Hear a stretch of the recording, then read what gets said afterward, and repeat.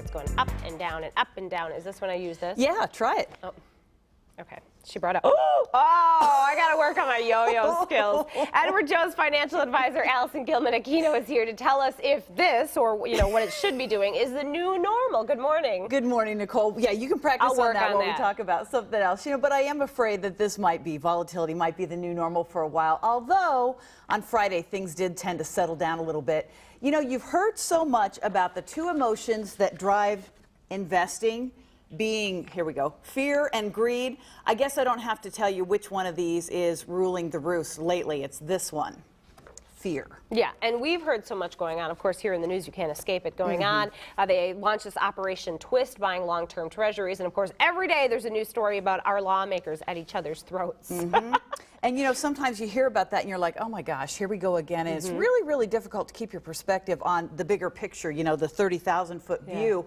All these events tend to clump together after a while, and then they just kind of snowball. But when you're investing for long-term goals, like things like paying for your children's college educations, your retirement down the road, the daily news blurbs really can't be your only focus. You got to kind of keep the big picture in mind and look for ways to take advantage of even the most unpleasant things that may happen. Okay, like how you say we should think of all this as like a plot in a movie. Yeah, and just like you've got suspense and you've got drama, and then finally you have a resolution at the end of the movie, you've got to watch the whole movie to fully get it. You understand what's going on by the end.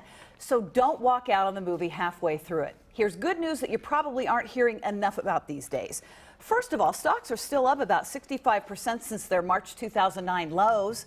Interest rates are low, and that means cheaper loans for consumers, homeowners, and businesses. Sean mentioned this in the first segment of the news this morning. We're paying less for gas at the pumps these days as the per barrel price of oil is down near 80 bucks.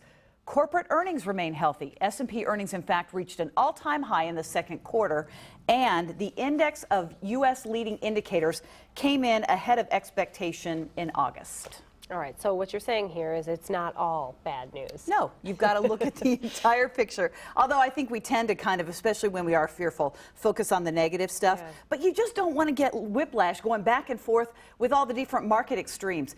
Accept the chance that it's going to be uncomfortable to be an investor for a little while. So focus on what you can control instead.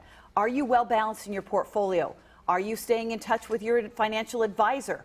Are you contributing to your at-work plan and your IRA every month? So at least, silver lining insert here, you're investing with lower prices and the new money that you're adding to your investments. And when you know the news is going to be bad, it is not the time to upset yourself by checking your account balance online. Turn off the cable business news channel. Take a walk with your dog. Maybe not today, perfect day for that. But if you can maintain your long-term focus, history shows us, Nicole, that ultimately we're going to be rewarded for our patience and our discipline. Yeah, don't just keep going online, checking it over and over. Well, and I'm amazed at the number of people who do that when they know they're not going to like what they see. You work so hard to earn the money. Don't shave 3 years off your life expectancy unnecessarily by checking it online on a bad day. Do something else and know tomorrow hopefully it'll be better. Good advice. You want to give it a try? Yeah, I'm going to try it one more time. Ready? Nope, nothing. My market's just down. This is kind of actually how my portfolio looks, so it's appropriate.